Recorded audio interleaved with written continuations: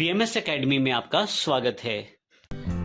PHP क्या है और इसे क्यों प्रयोग किया जाता है, आइए इस सेशन से हम समझने की कोशिश करते हैं ताकि PHP को सीखते समय हमें बेसिक से लेकर एडवांस तक की सभी बातें आसानी से समझ आ जाएं।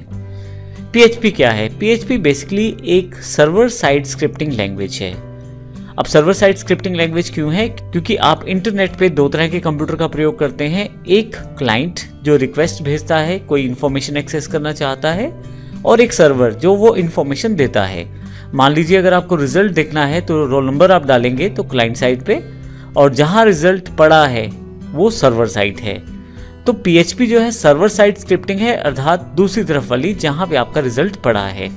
तो सर्वर साइड स्क्रिप्टिंग का क्या फायदा रहता है? क्लाइंट कंपाइल्ड इंफॉर्मेशन देख पाता है, अर्थात वहां से जो रिजल्ट निकल के आएगा उसको केवल देख सकता है क्लाइंट, और उसको अनऑथराइज्ड वे में एक्सेस नहीं कर पाएगा। तो PHP एक सर्वर साइड स्क्रिप्टिंग लैंग्वेज है और एक इंटरप्रेटेड लैंग्वेज है।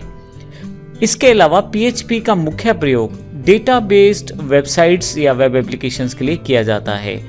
अब डेटा बेस्ड वेबसाइट्स कौन सी होती हैं? अगर आपकी वेबसाइट पे अगर आपको प्रोडक्ट शो करने हैं तो आप MySQL में उन्हें सेव करके रख सकते हैं, और जैसे जैसे कस्टमर को रिक्वायरमेंट है उस तरह से आप अपनी वेबसाइट पे दिखा सकते हैं। जैसे एग्जांपल के लिए यदि मैं Amazon का एग्जांपल लूं, Amazon वेबसाइट पे अगर आप 5000 से लेकर 50,000 के लैपटॉप का चुनाव करेंगे तो उनको वहां पे चुन के दिखाया जाएगा।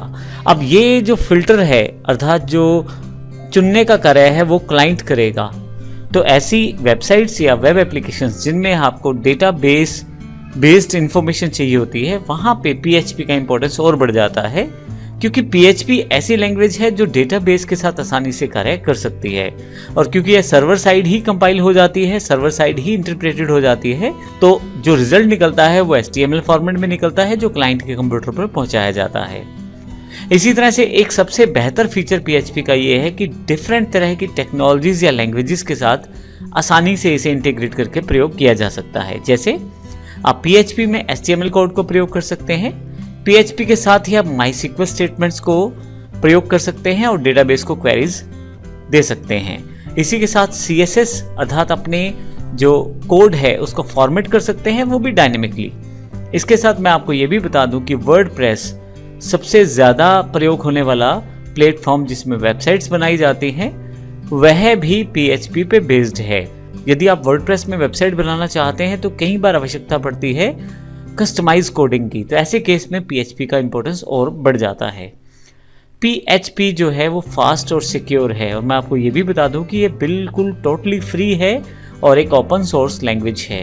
अब क्योंकि फ्री है तो इसका मतलब यह नहीं है कि यह सिक्योर नहीं है। PHP पूरी तरह से सिक्योर है और मार्केट में सबसे बड़ा शेयर वेबसाइट्स में इसके पास अवेलेबल है। इसके अलावा मैं ये भी बता दूं कि यदि आप PHP प्रयोग करते हैं तो PHP से रिलेटेड बहुत सारे ऑनलाइन रिसोर्सेज, कोर्स, पहले से बनी बनाई स्क्रिप्ट आपको मिल जाती हैं, और वो भी बिल्कुल फ्री में। आप गूगल पे जाकर PHP स्क्रिप्ट्स का सर्च कर सकते हैं। जैसे मान लीजिए मुझे कोई एग्जाम इंजन बनाना है तो मैं एग्जाम इंजन को सर्च कर सकता हूँ। मान लीजिए मुझे कोई फाइल अपलोड का कोड चाहिए तो मैं फाइल अपलोड का कोड सेट कर सकता हूँ। ये सारी जानकारी मैं आपको इसलिए दे रहा हूँ क्योंकि हम अब से शुरुआत करने वाले हैं PHP को सीखने की।